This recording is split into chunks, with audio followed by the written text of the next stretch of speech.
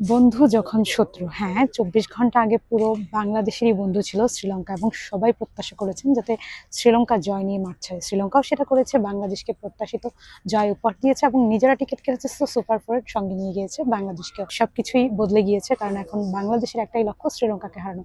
Super ফোরের প্রথম ম্যাচে বাংলাদেশ আগামীকাল শ্রীলঙ্কার মুখোমুখি, এবং এই ম্যাচটাকে কেন্দ্র করে আসলে বাংলাদেশ দলের একটাই ভাবনা যে বাংলাদেশ দল শ্রীলঙ্কাকে বধ করবে। নিজেদের লাস্ট ম্যাচ খেলার পরে কিছুটা সময় পেয়েছে, বিশ্রাম নিয়েছে এবং ট্রাভেল করে আবুধাবি থেকে দুবাইতে এসেছে। তারা অপেক্ষায় ছিল আসলে তারা কি আদৌ সুপার ফোরে যেতে পারবে কিনা, কিন্তু শ্রীলঙ্কা সেই অপেক্ষার সুফলটা দিয়েছে। তারা আফগানিস্তানকে হারিয়েছে এবং বাংলাদেশকে উপহার দিয়েছে সুপার ফোরের টিকিট।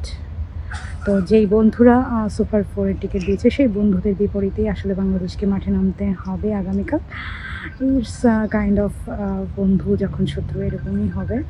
তো বাংলাদেশ গতকাল 24 ঘন্টা আগেও পুরো দল চেয়েছিল যেন শ্রীলঙ্কা জিতে, কিন্তু সেই সিনারিওটা এখন বদলে গেছে। এখন শুধুই অন্য চিন্তা, সেটা হচ্ছে শ্রীলঙ্কাকে বধ করার চিন্তা। দারুণ একটা ম্যাচের জন্য, একটা সুপার ক্ল্যাশের জন্য তিনি অপেক্ষায় আছেন, যেহেতু শ্রীলঙ্কা এবং বাংলাদেশ খুবই পরিচিত দুই দল এবং দুই দলের শক্তিমত্তা বুদ্ধিমত্তা সম্পর্কে অবগত।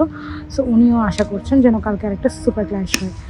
সেই সাথে তিনি গতকালের ম্যাচ সিনারিও, মানে ম্যাচটা যখন চলছিল আফগানিস্তান বনাম শ্রীলঙ্কার, সেই ম্যাচের সময় বাংলাদেশ দল কী করছিল এবং বাংলাদেশ কীভাবে নোটিস করছিল সেই ব্যাখ্যাও কিন্তু দিয়েছেন, যে বাংলাদেশ দল কালকে প্রতিটা স্কোর দেখেছে, হটিমোটের বলবো, সে খেলা দেখেছে, আসলে সবাই মুখিয়ে ছিল, কারণ এই ম্যাচটাই তো আসলে নির্ধারণ করেছিল বাংলাদেশের ভাগ্য।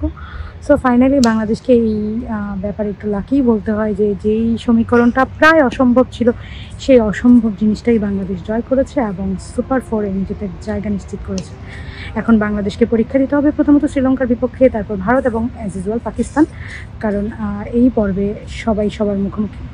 সুপার ফোরে প্রত্যেকটা দলের মুখোমুখি হবে। প্রত্যেকটা দলই আসলে 3টা করে ম্যাচ পাচ্ছে এবং সেই ম্যাচগুলোই শুরু হবে আগামীকাল থেকে।